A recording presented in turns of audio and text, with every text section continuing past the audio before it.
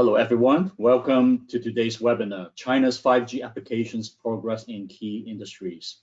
My name is Sunny Young, the Group Product Manager at ISI Emerging Markets Groups, and I will be your host today. I would like to thank you all of you for joining today. I'm very happy to see attendees from around the world. Today, we will focus on the discussions around the 5G application progress that China has made in several sectors. Now, I would like to take some time to introduce our speaker today. Yinglei Li, who's on the other line, is our industry researcher for China at ISI Emerging Market, who's based in Shanghai.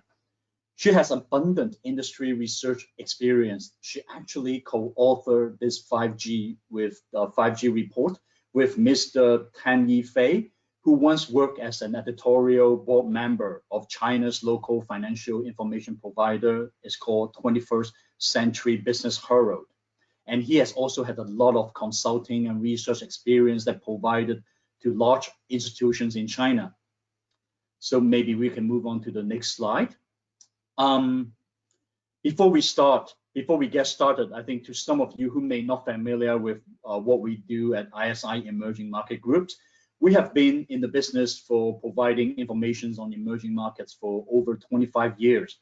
We have two outstanding brands, as you can see on the screen.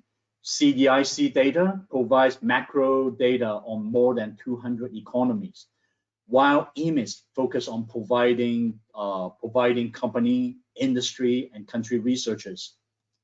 There are a few points I would like to remind all of us in this webinar. First, participants can raise questions. You can do so by submitting them at the panel at the right, and we will be answer as many as possible during the Q&A sessions.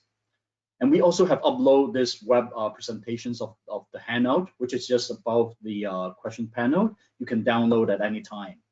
And we will be truly appreciate if you can complete a very short survey at the end of the webinar so that we can know more about your feedback and the expectations. So maybe we can move on to the next page. As you can see, we have also prepared a report on today's topic. It is a very interesting topic, and I will show you a little bit more of how to download this report at the end of the sessions. With that said, let's dive into the topic. Hi, Yinglei, how are you? Could you tell us what's your motivations to research on this 5G applications in China? Hi, Sunny. Can you hear me well? Definitely, very well. Yeah, good. Thank you, Sunny. Of course, I would like to share my motivation of doing this research. Actually, Yifei and I decided to pick this topic, of course, because 5G is now a particularly hot topic across the world. Also for China, we launched the 5G commercial use in 2019. In June that year, the Ministry of Industry and Information Technology of China issued 5G licenses to 3 major telecom operators in China. They are China Unicom, China Mobile, and China Telecom. Actually, the time June 2019 is very close to the time when developed countries like the UK and the US, they launched their 5G network. So we think people may not be that aware how important it is for China to become the first few countries to develop and research on 5G. So here's the reason why. My co-author Yifei has studied the history of China's telecom industry, and he found that before 4G era, China hardly had any research and development investments in this telecom scope. So this means that at that time, we could only follow the telecom technology standards developed by other countries. And we also had to pay very high patent fees. And when it came to the 4G era, China managed to develop its own standard, which is called TD-LTE. If you are still using 4G smartphone, you may have heard of this. This standard was recognized by the International Telecommunication Union This means that at that time, China started to have a say on the technology standards in the telecom industry. And to today, China is facing more and more challenges on the international stage. And most of these challenges are related with advanced technologies. So nowadays, it has become extremely important that China must have independently developed technologies in this industry. So this is one reason we decided to study 5G. And another important reason is that because China is very eager to upgrade its manufacturing sectors. Actually, in my previous research on intelligent manufacturing, new energy industries, or even economic dual circulation, there's one word that is most often mentioned, that is smart. So to make manufacturing smart or even smarter, we think strong network support is very necessary. Mm-hmm. So from 2019, when China first launched 5G use, it has been almost 2 years. So we like to check the progress and try to understand what kind of results 5G plus other traditional industries can bring to us. So these are the reasons why we decided to pick this topic. Thank you, Yinli. Thank you. Yeah. Thank you for the very detailed explanations. So as far as I know, since 5G is a very new initiated industry, and the data availability is quite limited for any analysis to be done. So I'm just curious on how does your research go? Yeah, very good question. This is actually the biggest problems I encountered at the beginning of my research. I could hardly find any standardized data on 5G. There are only data from the 3 telecom operators. They release the number of their 5G individual subscribers. But as we all know that 5G network is considered to be more important or can bring more revolutions to the industrial sectors rather than the personal use. So what we need is actually more information on various industries. So after careful consideration and study, I decided to do it this way. I selected 3 key industries in China. They are iron and steel, electric power, and healthcare, which you may already know because you read my report. The reason I chose the iron and steel sector is because it is one of the most important upstream industries. We know that China has been investing very heavily in industrial and infrastructure development. And for the electricity sector, the sufficient supply of power affects the stability of the whole economy in China. So it's also important to study this sector. And for the healthcare sector, telemedicine has attracted extensive attention last year because of the pandemic. So it is highly relevant to study this 5G plus healthcare at this point. So my methodology of doing this research is like this. First of all, I try to analyze the nature of these 3 industries. And then I try to investigate how 5G can change their current business.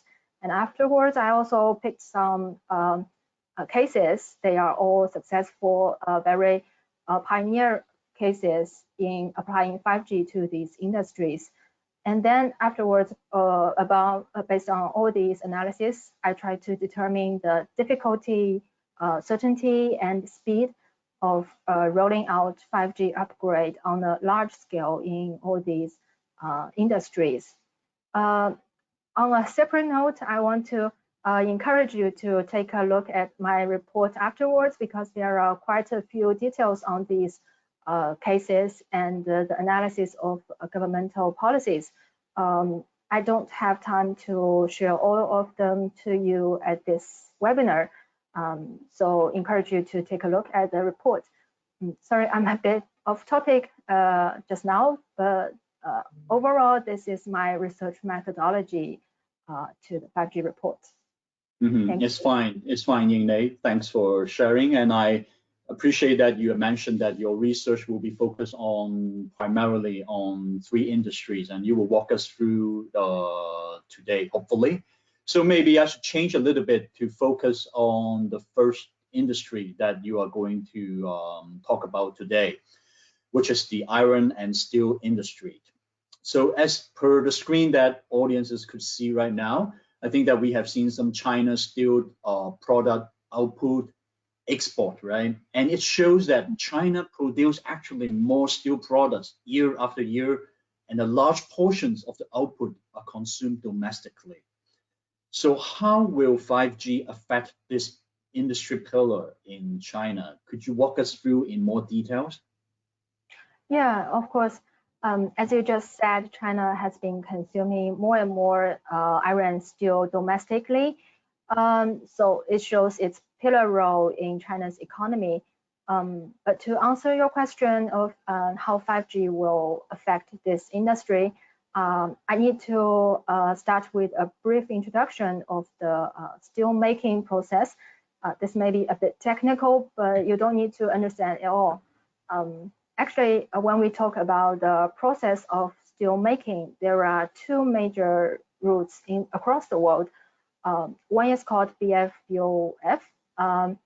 We also call it the long flow, which is maybe easily to remember. The long flow, based on the long flow, enterprises make steel from iron ore and coke. And this flow requires more steps because it makes steel from the very beginning. And the other process is called DREAF. We also call it the short flow because this flow uses scrap steel as its raw material, so fewer steps are needed. And in China, most iron and steel companies still adopt the long flow, as we can imagine, because there are more steps involved. This process requires more energies through the making process and more emission of waste gas. This is harmful to the whole environment, and it's against China's now the new strategy of develop its economy in a greener way. Also, because based on the long flow, we need to make steel using iron ore, which is a raw material we mostly import.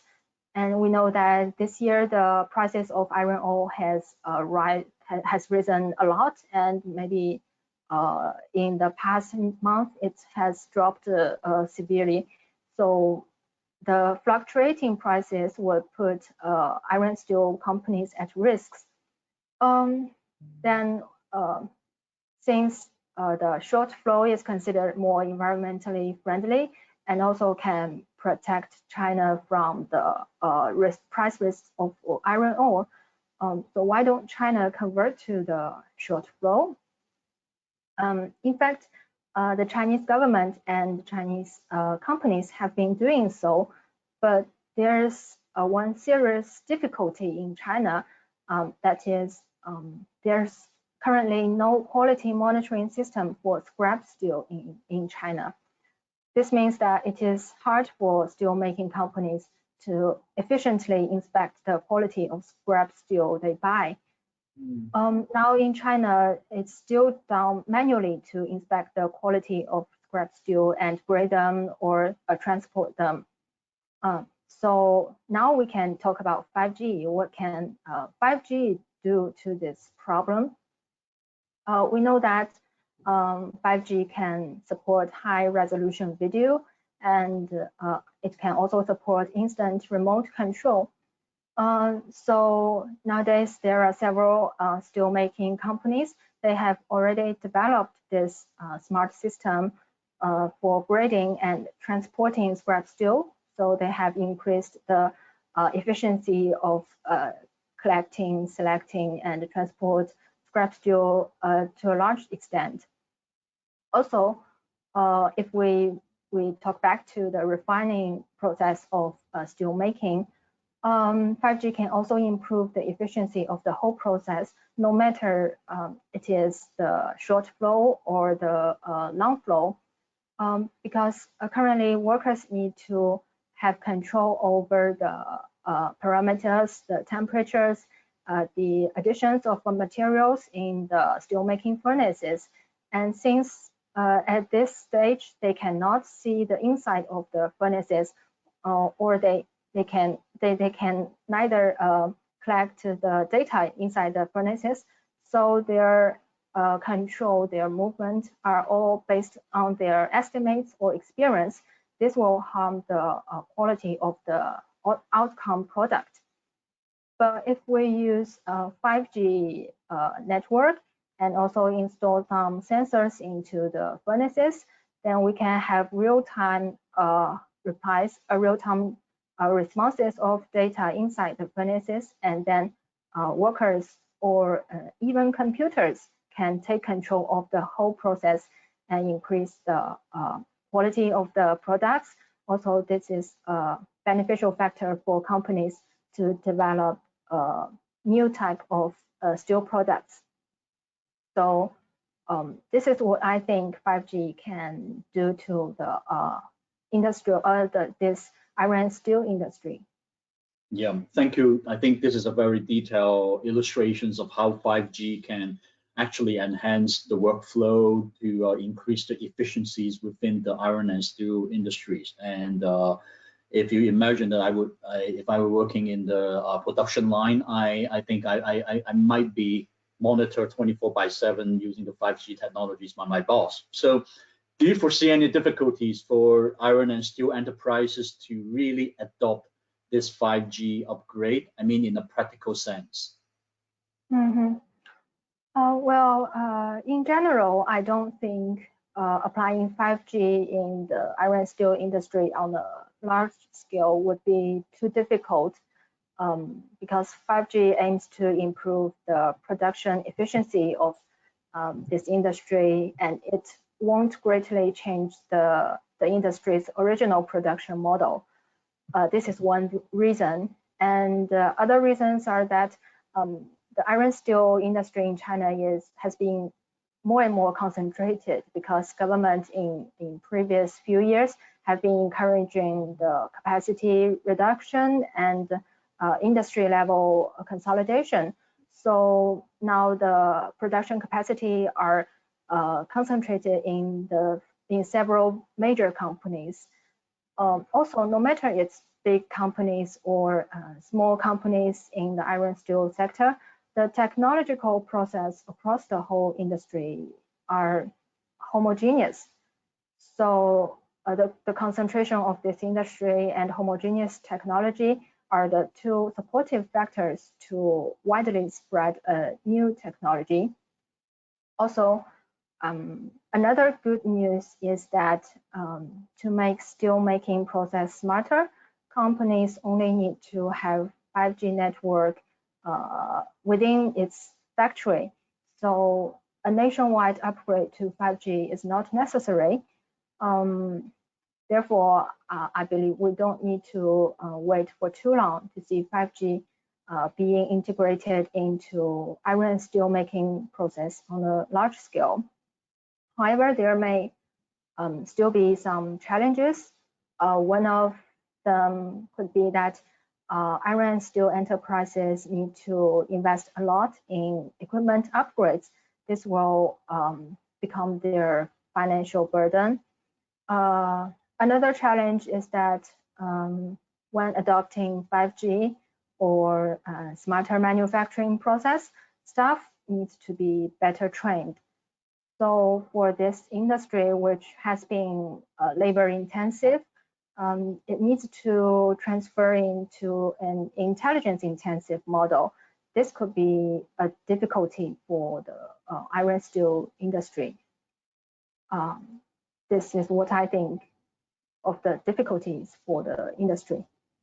I see. good. I mean, it's always good to know what are the difficulties that we need to deal with when adopting new technologies on the sectors. So maybe we should change the focus a little bit, then move on to the second industry that you have mentioned earlier, which is the electric power sectors.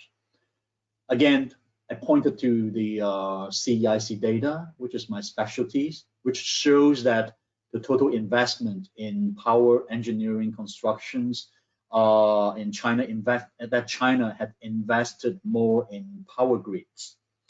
Does it provide a signals to you that the 5G integrations will be found predominantly in this segment? Yes, I think so, because we see from this chart that there are two categories of power engineering investment. One is power sources. These include like coal-fired or wind power, solar powers like these. And the other major one is power grids. And we see that a major part of the investments go to power grids. This shows that the stability of these power grids has a say on the whole on China's whole economy. So I believe the 5G upgrade will mainly happen in the power grid segment. Actually, China has invested in building smart grids for many years, which is far before the government raised this concept of new infrastructure last year. Back in 2009, the country's largest grid company, the State Grid Corporation, already initiated a development strategy called Strong Smarter Grid. So today, the power grid system in China is already smart to some extent. But I still believe 5G is necessary for future upgrades. I'll explain soon. One reason is because China's power system has become increasingly complex in recent years. In my previous research on China's new energy industries, I found that China has determined to increase the electricity generation and consumption from renewable sources, particularly wind and solar, to support its greener development strategy. However, these power supplies can fluctuate a lot because these renewable power supplies are not certain. So this can bring a challenge to ensure the frequency stability of the power system. I will explain more on the frequency stability later on. But this is the major problem on the supply side. Also on the demand side, the situation has also gotten more complicated. Before, we only have two types of power users. They are industrial users and residential users. They constantly consume electricity. But now we have introduced new energy vehicles and power storage equipment, mainly dedicated to the renewable powers. So these two types of power users have different manners of using electricities. This have increased the complexity of power consumption side. So to cope with this situation, China's power system has to become more flexible. Well, now I can get back to the problem of unstable frequency of power grids. The unstable frequency happens when power supply and the power demand don't match.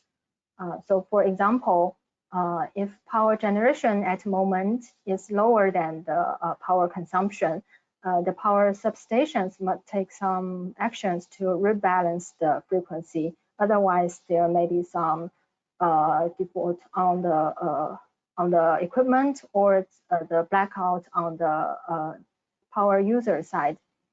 And with current technology, power substations can only cut out some consumption lines to reduce the pressure on grids. the cost of this action is, as I said, power blackout for a whole area. This could cause a severe economic loss of the society. And so what 5G can do is to allow power substations to cut lines more precisely. So how can they do this?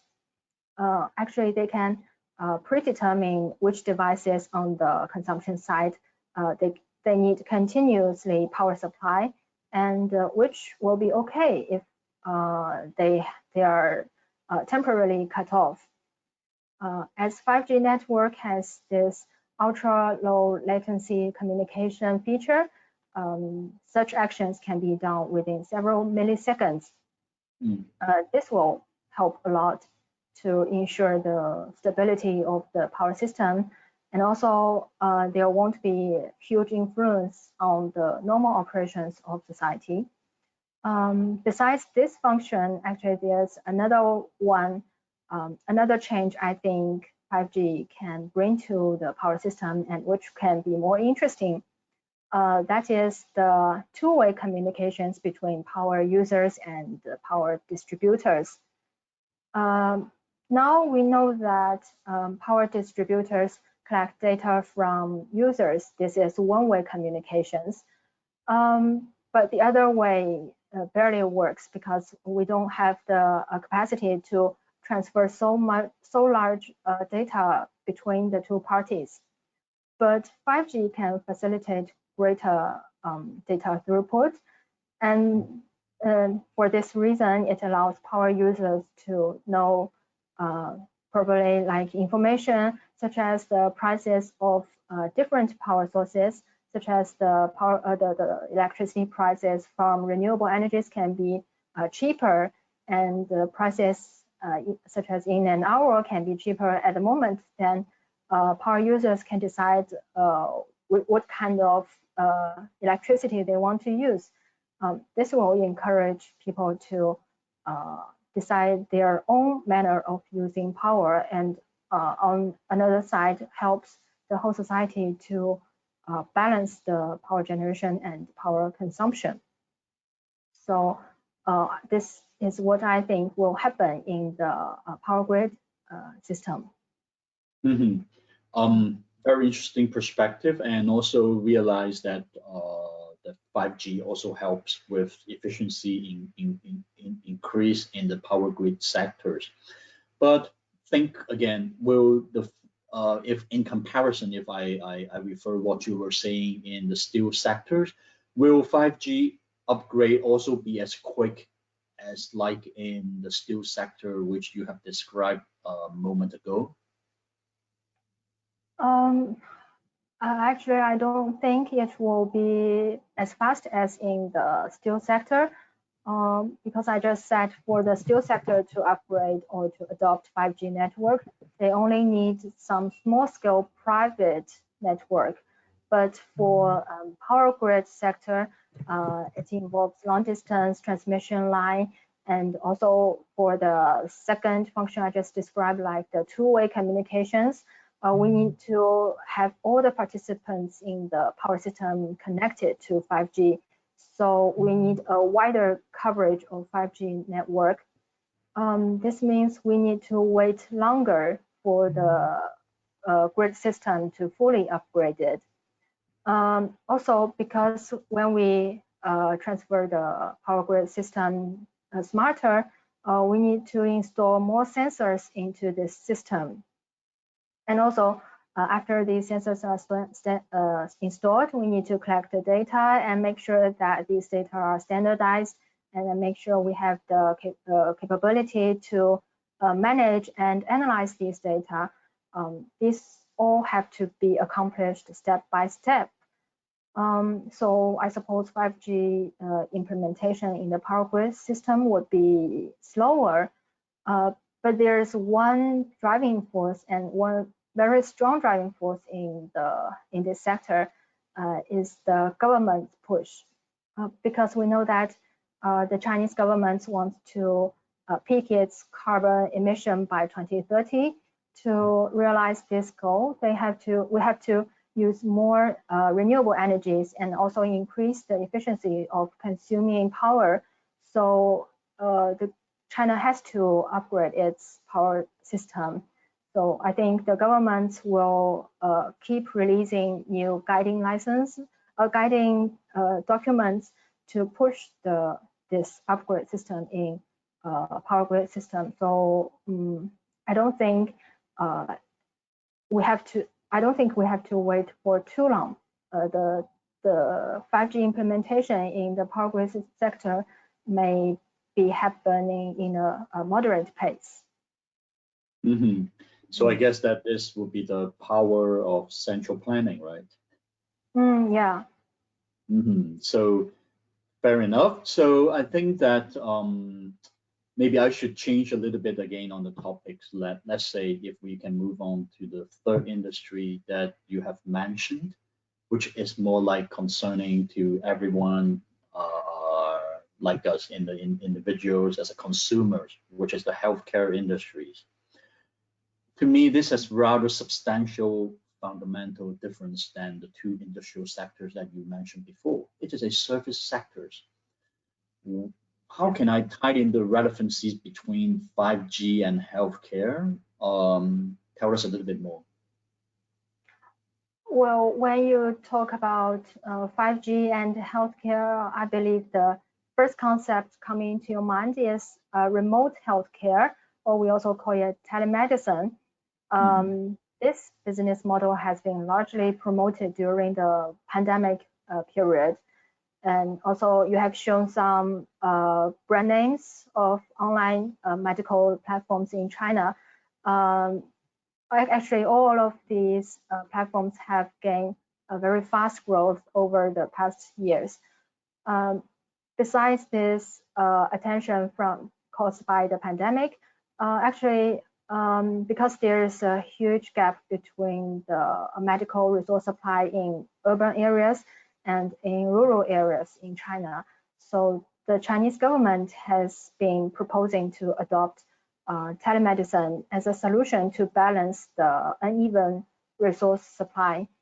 So I wanted to study if 5G can speed up the development of this new telemedicine business.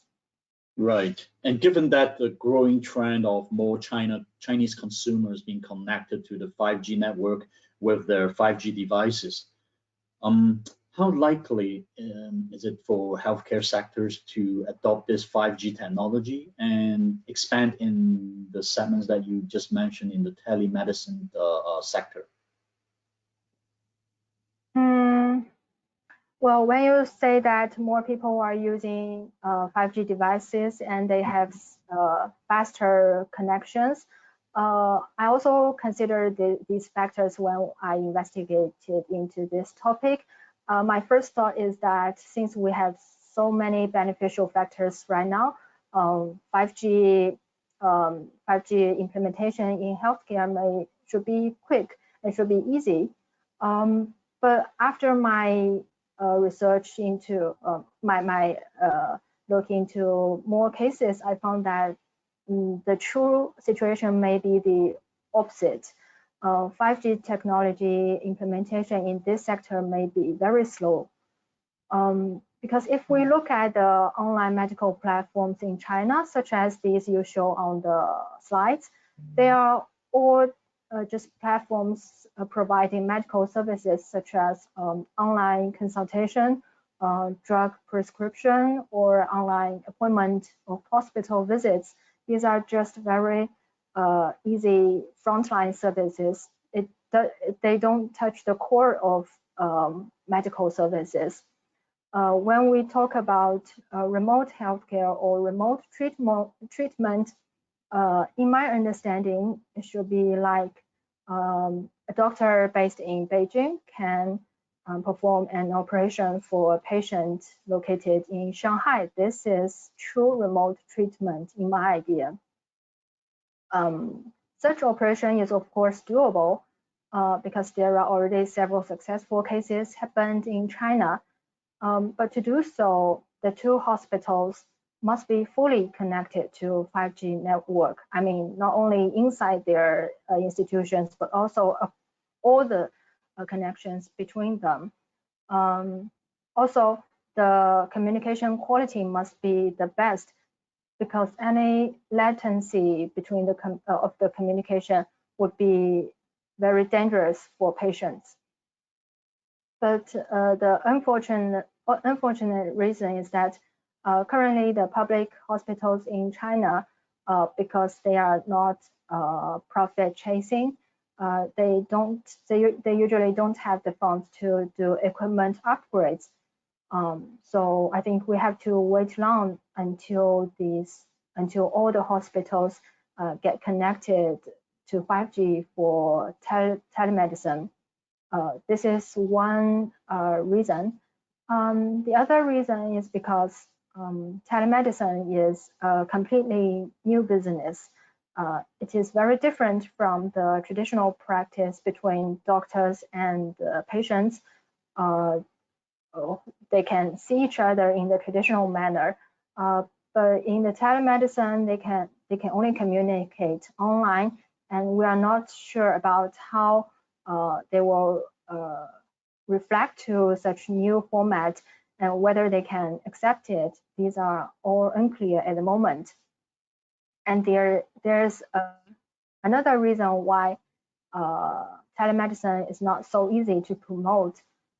It's because of China's social medical insurance. China's social medical insurance system currently cannot fully support the treatments across region. I mean, in the traditional sense, say if a patient, he buys the social medical insurance in Shanghai and he goes to Beijing for treatment, the social medical insurance cannot fully support that. So to say nothing in future, when we have patients based in Shanghai and he received the service from hospitals in Beijing, so who should be responsible for his medical insurance? This is all unknown at the moment. So we have very strong restraining forces for 5G plus healthcare. I don't think the 5G upgrades in this sector would happen fast. Right. So I guess that this is that poses a lot of boundaries. For example, like policy boundaries or perceptions boundaries that existed within the medical sectors. So these are different challenges that we have seen. I think, especially in this healthcare industry that you have just presented. In comparative manner, comparing with the steel industry and power grids, will they be likely to have more impacted by the 5G adoptions? And if so, how do you foresee that China future investment in the 5G industries? Yeah, I agree that the 5G upgrades will happen faster in the steel industries, and also including other sectors such as coal mining or agriculture, because they only involve business in a restricted area. So 5G upgrades in this industry will happen faster, but in healthcare sector, they will go slower. But after all, China wants to upgrade all its service and manufacturing sector, and the development of 5G is of key importance to its independence strategy. So I think China will continue investing in the construction of 5G base stations. Talking about this, I need to mention one weak point of 5G compared to 4G. We know that the penetrating power of 5G signals is much weaker than 4G. So in order to cover the same area, the number of 5G base stations needs to be 2 or 3 times the number of 4G base stations. So at the end of 2020, we have more than 5 million 4G base stations in China, and a government institution predicts that by 2030 we will have 15 million 5G base stations. So till then, I think we will have sufficient base stations to cover the whole country with 5G network. And this massive construction of 5G base stations will, of course, call for investment. There's estimation that the total investment in 5G infrastructure will be up to 4 trillion yuan. Apart from the investment in the construction of 5G infrastructure, I think another very crucial area we need to invest in is sensor equipment, because no matter it's telemedicine or power grid, smart power grid, we all need to embed the sensors into current system. But however, the research and development of industrial sensors in China is still insufficient. There's data saying that over 95% of medium and high-end sensors in China are imported products. So we don't want to see such high dependence on imports, because this casts risks on China's independent 5G development. So I believe China will pay more attention to R&D in sensors in future, and when cheaper domestic sensors can serve industrial players' demand, I think more enterprises will be willing to explore their own 5G applications. So these are the areas I foresee will attract more investments in the future. Right. There's a lot of information that I think Yinglei has, you have been shared with us for the past 30 minutes. I very much appreciate for your ideas that you share across with our audiences. So now maybe we can move on to our Q&A sessions. But maybe I think that I can, since I'm the host, I would like to take the liberty for aggregating some audiences questions that shows on the panel. So by all means, if you guys have any questions that you want to put through to Yinglei, please type out in the question box at the at the lower right hand box. So I think from the audiences that I think I can generate one bigger questions for you. May I ask on behalf of them? Yeah, please go ahead. Okay, good. So first questions, I think we would really like to know, for example, like how 5G could be utilized within the automotive sectors in China. I guess this is a big topic, so maybe you can briefly to share your idea across. Yeah. Actually, 5G plus automotive is another hot topic often discussed when we talk about smart manufacturing or smart transportation. 5G is the main driver for connected vehicles. If you have heard this term, it is also called a vehicle to everything. So there are already some new developed automotive in China that are equipped with 5G communication module, so they are connected, so that they can connect it to other cars or road infrastructures such as traffic lights, and together with other sensor equipment such as cameras, radars, or even edge computing technology. Those smart vehicles can become autopilot. I think this is the first concept we can imagine when we talk about 5G plus automotive. I think automatic driving has two major application scenarios. One is for industrial use, such as at coal mines or at ports, where cargo needs to be loaded a lot. And when we talk about smart mining or smart ports, they usually have 5G connected vehicles. The other major application scenario would be transportation on highways. Huawei has been researching on a fleet of trucks. In this fleet, every truck can be connected to each other, and then we can have fewer drivers for this group of trucks, and also this can save energy using such automatic driving technology.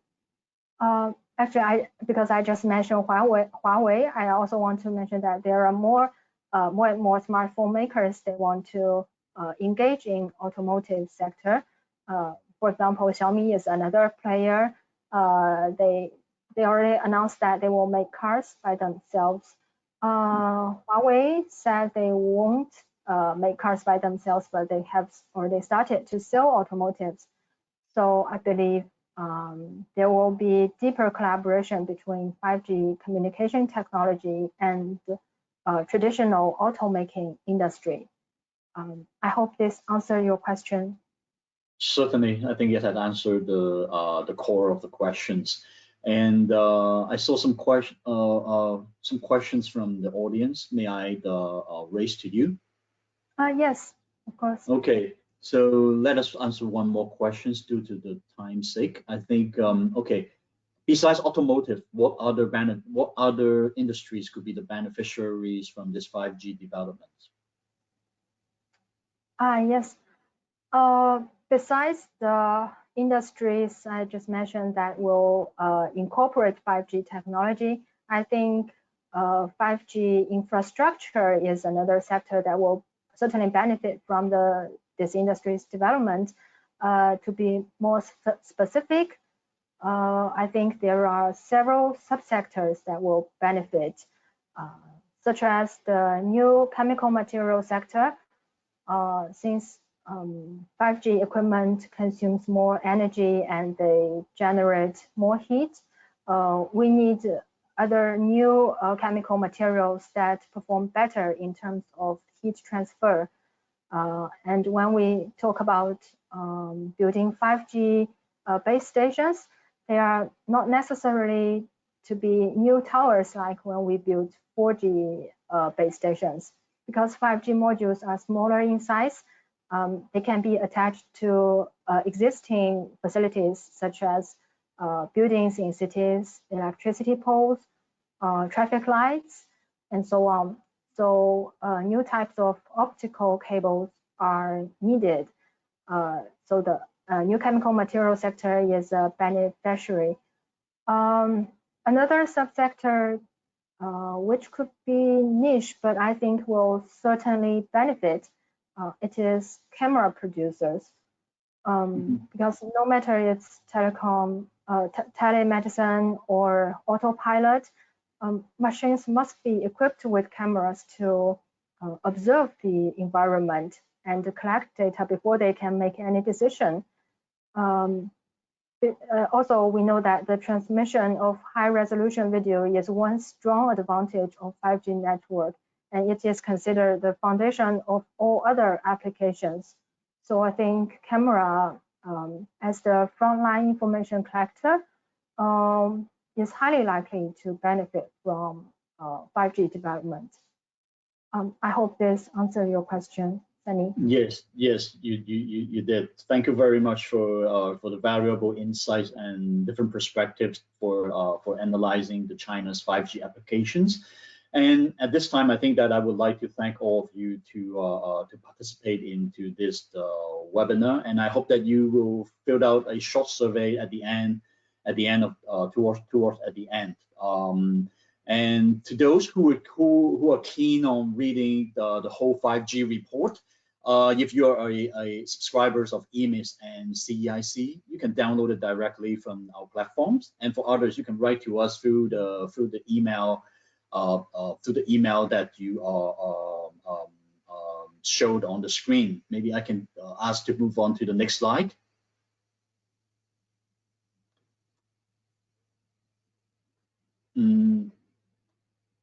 Okay, I think there's some technical issues. Now I see this, the email has been showing. And I also want to show that besides what we have just talked in the webinar, ISI also published our industry report called EMIS Insights, which covers 20+ industries in 17 emerging countries and regions. So feel free to get more insights actually from those reports. I found them very engaging in reading and to understand the details within those industries in China. And finally, I would encourage you to visit our dedicated webinar pages in both IMIS and CEIC, where you can find the past recordings of all the webinars, and you can also register for the future one. Thank you for your attention, and stay tuned for our upcoming events, and hope you have a good day. See you. Goodbye. Thank you. Thank you. Bye-bye.